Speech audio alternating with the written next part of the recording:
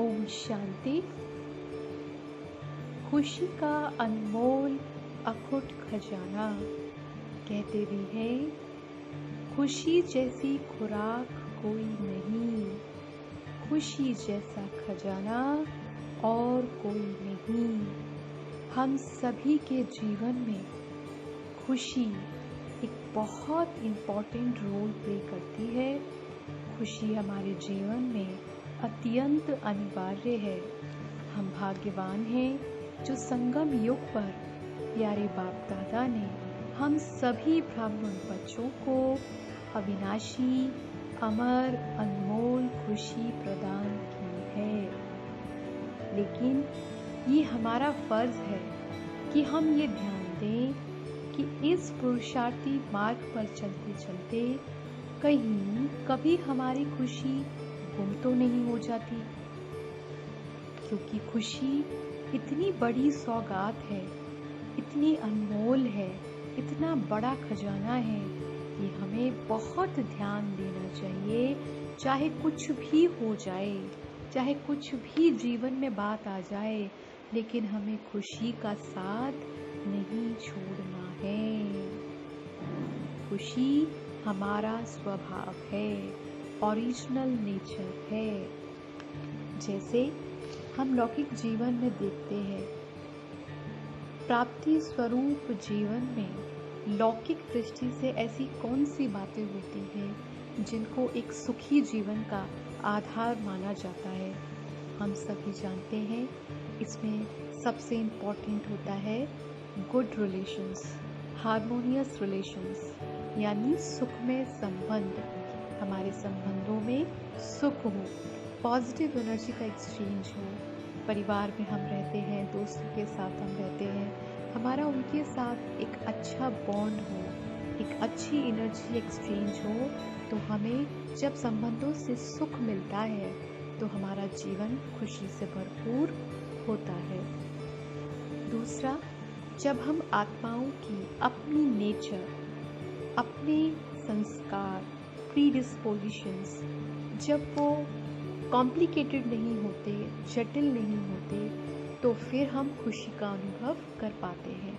जैसे अगर हमारे अंदर चिड़चिड़ाने का संस्कार है, इरिटेशन होना, या क्रोध करने का संस्कार है, या हमारे अंदर रूठने का संस्कार है, तो हम स्वयं भी दुखी होते हैं और अब हमसे जो संबंधित हैं उन दूसरी आत्माओं को भी हम दुख देने के निमित्त बन जाते हैं।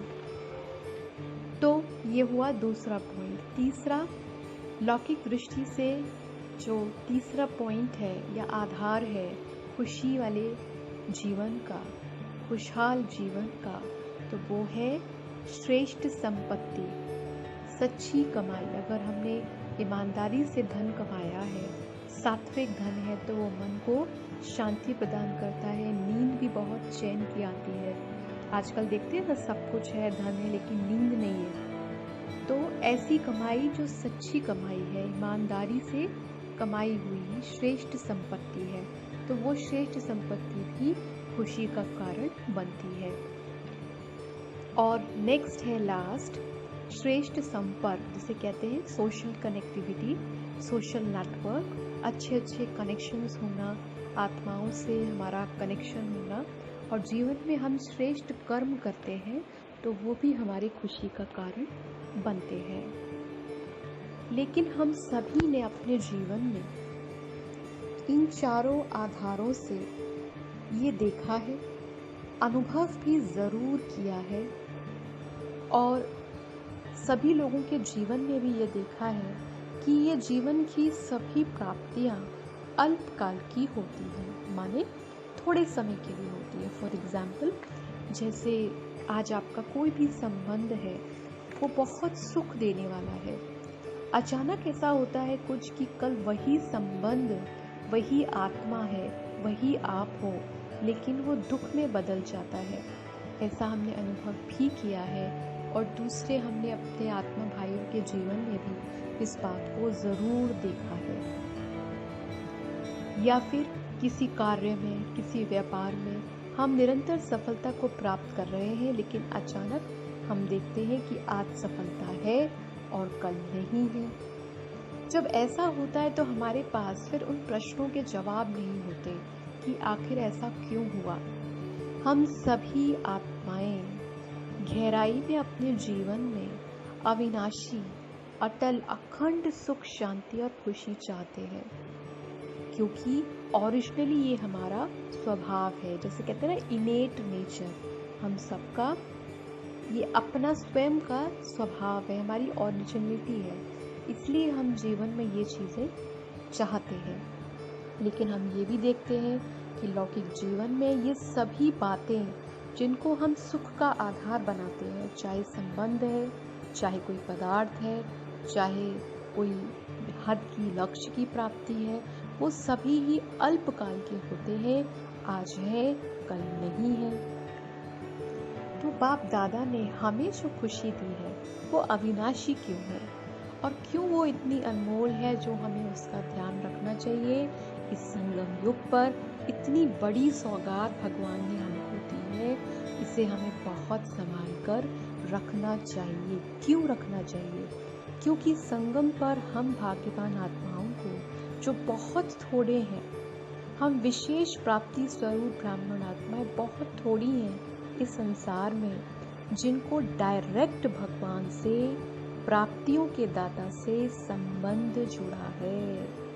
बाबा दुख हरता, सुख करता है। ऐसे सुखदाता बाप से हम सभी का संबंध है। इस पूरी संसार में बहुत थोड़ी आत्माएं हैं जिनका भगवान से डायरेक्ट संबंध है, और वो भी अविनाशी। तो ज़रा सोचिए, बाबा के साथ जो हमारा संबंध है, अविनाशी संबंध है, क्या वो कभी हमें दुख दे सकता है, धोखा दे सकता है? सोचिए, मनन करें। धोखे का तो प्रश्न नहीं उठता और दुख का भी प्रश्न नहीं उठता, क्योंकि बाप सुख देने वाला है। बाप की महिमा ही ऐसे की जाती है, सुख करता, दुख हरता। तो बाबा के साथ जो हमारा संबंध है, चाहे जिस संबंध से भी हम बाबा को याद करना चाहें, सर्व संबंधों से बाबा प्रीत की रीत निभाते हैं। जो भी संबंध हमारा फेवरेट हो, पिता का, चाहे मित्र का, चाहे माँ का, हम बाबा के साथ उसको अनुभव करते हैं, और हमें श्योरिटी है कि कभी भी हमें इसमें दुख या धोखा नहीं मिलेगा। लेकिन संसार में हम क्या देखते हैं? विनाशी संबंधों में क्या है आजकल? दुख है और धोखा है। ये दोनों बातें हम देखते हैं। इसी तरह सभी प्रकार के संबंधों का रस हम बाबा से अनुभव करते हैं। इस अलौकिक दिव्य जन्म में, क्योंकि हम बाबा के संग के रंग में रंगे हुए हैं, तो बाबा जैसे ही संस्कार हमारे बनने लगते हैं। यानी संगम युग पर हम ब्राह्मणों के ईश्वरीय संस्कार होते हैं। ईश्वरीय संस्कार माने जैसे बाबा वैसे ही आत्मा। बाबा के क्या संस्कार हैं? फॉर एग्जाम्पल, बाबा रहमदिल है, बाबा विश्व कल्याणकारी है, बाबा सुखदाता है, महादानी है। तो ऐसे ही हम बच्चों के भी संस्कार बन जाते हैं बाबा के संग के रंग में रंगने से। तो हमारा जो स्वभाव है वो भी शीतल और स्नेही हो जाता है, हमारे संस्कार भी शीतल हो जाते हैं। स्वभाव का अर्थ होता है हर एक के प्रति आत्मा का भाव। ये रियल मीनिंग है स्वभाव का। जो दुनिया में कहते हैं ना, मेरी नेचर, वैसे नहीं। स्वभाव माने सदा हर एक के प्रति आत्मा का भाव होना। मैं भी आत्मा और मेरे सामने वाले भी आत्मा, ये जो पर्सपेक्टिव है वो होना चाहिए। तो अब पहला, जैसे हमने कहा कि संबंधों का सुख, तो हम ब्राह्मण बच्चों को तो बाबा से अविनाशी संबंधों का सुख है, हर प्रकार के संबंध का सुख है। इसी तरह क्योंकि हम बाबा के रंग में रंगे हैं, तो हमारे स्वभाव और संस्कार भी बाप समान बनने लगते हैं। इसलिए संस्कारों का परिवर्तन होता है। तो वो संस्कार जो पहले हमें दुख देते थे, वो अब हमें सुख देने लगते हैं। इसी तरह तीसरा क्राइटेरिया जो था सच्ची कमाई का, संपत्ति का, जो हम लौकिक जीवन में देखते हैं, तो बाबा ने भी हमको सच्ची कमाई की, सुखमयी संपत्ति दी है। संसार में हम किस लिए कमाते हैं? एक तो रोना बहुत रोते हैं कि कमाना बड़ा मुश्किल है, बड़ी मेहनत करनी पड़ती है। संसार में कमाते हैं एक तो दाल रोटी मिले, चैन से खाएं, सुख से खाएं, परिवार हमेशा सुखी रहे, संपन्न रहे और हमें दुनिया में अच्छा नाम और शान मिले। यही पर्सपेक्टिव होते हैं। तो हम ब्राह्मण बच्चे अगर अपने आप को देखें तो हमें बाबा ने गारंटी की है कि ब्राह्मण बच्चा दाल रोटी से वंचित हो नहीं सकता। बाबा ने कहा है भले ही ऐसा भोजन नहीं मिलेगा जैसे कहते हैं ना आसक्ति वाला, लेकिन दाल रोटी ज़रूर मिलेगी, ये बाबा की गारंटी है। और परिवार कैसा है हमारा? एकदम श्रेष्ठ, एकदम बढ़िया, बेहद का मीठा परिवार है। नाम कितना बाला है? बाबा कहते हैं हमारा नाम कितना बाला है ये आप इस बात से अंदाज़ा लगा सकते हो। हम सभी ब्राह्मण आत्माएं हैं, अपने अंतिम जन्म में हैं और अभी भी हम देखते हैं कि जो हमारे भक्त हैं वो हमारे ही जड़ चित्रों के सामने किस तरह से एक सेकंड के लिए भी दर्शन के लिए तरसते हैं। है तो वो चित्र ही, देवी देवताओं के चित्र ही तो है ना, जड़ चित्र है और वो घर पर भी होते हैं ऑलरेडी, लेकिन फिर भी सिर्फ एक सेकंड के लिए भी उस सम्मुख संपर्क के लिए कितने तरसते हैं, कितने प्यासे रहते हैं। तो बाबा कहते हैं बच्चे ऐसे तुम्हारा इतना नाम बाला है, एक जन्म नहीं है, सारा कल्प तुम्हारा नाम बाला है। तो सोचो कि कितना हमारा श्रेष्ठ भाग्य है और कितनी हमारे पास खुशी के अकूट खजाने हैं। बाबा के संपर्क में आने से ही हमारा श्रेष्ठ संपर्क बन गया है। इतना प्यारा बेहद का परिवार जिसके हम हो गए हैं और बाबा का बनने से सारे विश्व की आत्माओं से संपर्क भी हो गया है। तो हमारी नेटवर्किंग कितनी बड़ी हो गई जो लौकिक में हो भी नहीं सकते। पहले अपने शुद्र जीवन में क्या हम सोचते थे किसी के लिए? हद की जीवन थी, अपने तक सीमित थी, अपने परिवार तक सीमित थी। हमारी ऐसी सोच ही नहीं थी कि विश्व का कल्याण करें, विश्व की आत्माओं के लिए कुछ सोचें। लेकिन बाबा ने हमको ऐसा बनाया और हमारा विश्व की सभी आत्माओं से संपर्क हुआ। हमें समझ आया कि सभी आत्माएं बाबा के बच्चे हमारे आत्मा भाई हैं। तो ऐसी श्रेष्ठ जीवन हमें मिली है, हमें कितना फक्र होना चाहिए, कितनी खुशी होनी चाहिए कि जिसके लिए दुनिया वाले इतनी मेहनत करते हैं तो भी उनको क्या मिलता है, उनके हाथ में क्या आता है। अगर अभी हम दुनिया में एक नज़र घुमाएं तो हम देख सकते हैं कि सभी आत्माएं किस स्थिति में है, क्या प्राप्ति की कोशिशों में लगी हुई हैं और उनके हाथों में क्या है।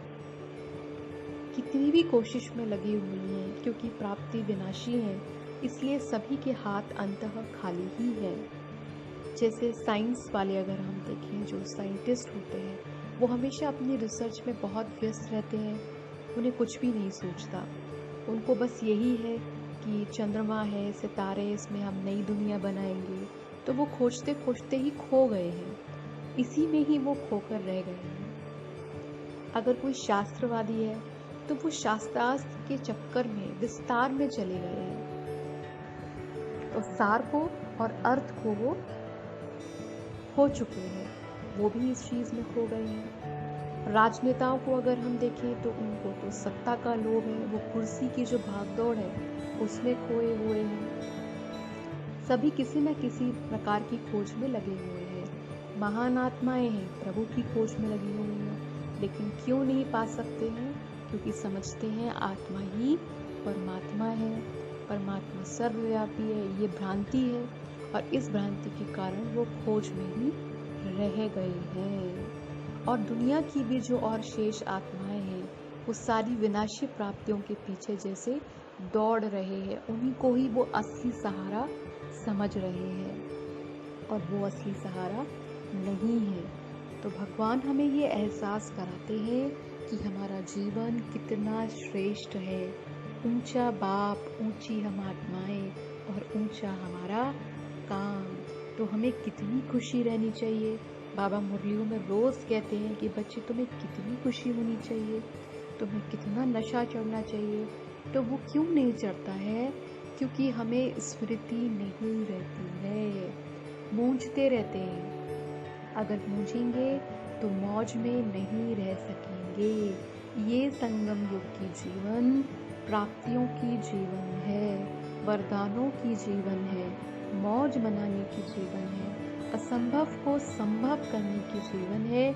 ऐसी श्रेष्ठ जीवन कोई होती नहीं। ऐसी सुखमय जीवन तो सतयुग में भी नहीं है, क्योंकि वहाँ बाप नहीं है। वहाँ हम बाप के साथ ऐसे कंबाइंड पार्ट नहीं बजाएंगे। इसलिए कहते हैं ब्राह्मण देवताओं से भी ऊंच है। तो बाबा कहते हैं कि अब अप्राप्त वस्तु कोई नहीं ब्राह्मणों के जीवन में। ऐसी हमारे जीवन की और हम ब्राह्मणों की महिमा है। तो हमें समझना है कि जैसे जीवन में प्रॉब्लम्स आती है, ऐसा नहीं है कि हम ब्राह्मण बन गए तो अब प्रॉब्लम नहीं आएगी, अब बीमारी नहीं आएगी, अब कोई हिसाब किताब नहीं आएगा। ये हिसाब किताब चुकतू होने का ही तो समय है ना। तो चुकतू अगर हो रहा है पास तो खुशी होनी चाहिए। फिर कब चुकतू होगा? अभी नहीं होगा तो ऐसा नहीं है कि प्रॉब्लम नहीं आएगी या परेशानी नहीं होगी या एक्सीडेंट नहीं होगा या बीमार नहीं पड़ेंगे या कोई प्रियजन शरीर नहीं छोड़ेगा। ये सब तो होना ही है। इन सब चीज़ों का भगवान से कोई रिलेशन नहीं है, भगवान का कोई रोल नहीं है। ये सारे हमारे कर्मों का फल होता है। कर्म सिद्धांत से जीवन चलती है। तो ये सब बातें जो आती हैं, इनके आते भी हमारी खुशी प्रभावित नहीं होनी चाहिए, क्योंकि हमारी खुशी का आधार जो है वो विनाशी प्राप्तियों पर नहीं है, अविनाशी संबंध के सुख पर है, अविनाशी प्राप्तियों पर है, अविनाशी संपर्क, अविनाशी संबंध। तो ऐसी हमारी जीवन है। हमें हमेशा खुशी के गीत गाने चाहिए। दुखदाम से हमने किनारा कर लिया है तो क्या होता है? ऐसा नहीं होता कि दुख नहीं होता, लेकिन दुख दिखाई देते भी हमको टच नहीं करेगा। हमने कलयुग को छोड़ दिया, किनारे को हम छोड़ चुके हैं। तो जब किनारे को छोड़ देते हैं, अब हम संगम युग पर पहुंचे हैं, तो संगम को हमेशा ऊंचा दिखाते हैं ना। तो हम आत्माएं, संगम युग की आत्माएं ऊंची हैं, सदा ऊंची रहने वाली, नीची वाली नहीं। तो हमारा किनारा हो गया है। तो हम संगम युगी ब्राह्मण अपने ऐसी ही श्रेष्ठ अविनाशी प्राप्तियों के साथ संगम युग की सर्व प्राप्ति स्वरूप स्मृति के साथ हर दिन हमें खुशी की लहरों में लहराना है, मौज मनानी है। और हमेशा हमें वाह बाबा वाह, वाह में श्रेष्ठ भाग्यवान आत्मा, वाह मीठा ड्रामा, वाह मीठा परिवार, ऐसे ही गीत हमें गाने हैं और खुशी को सबको बांटते रहना है।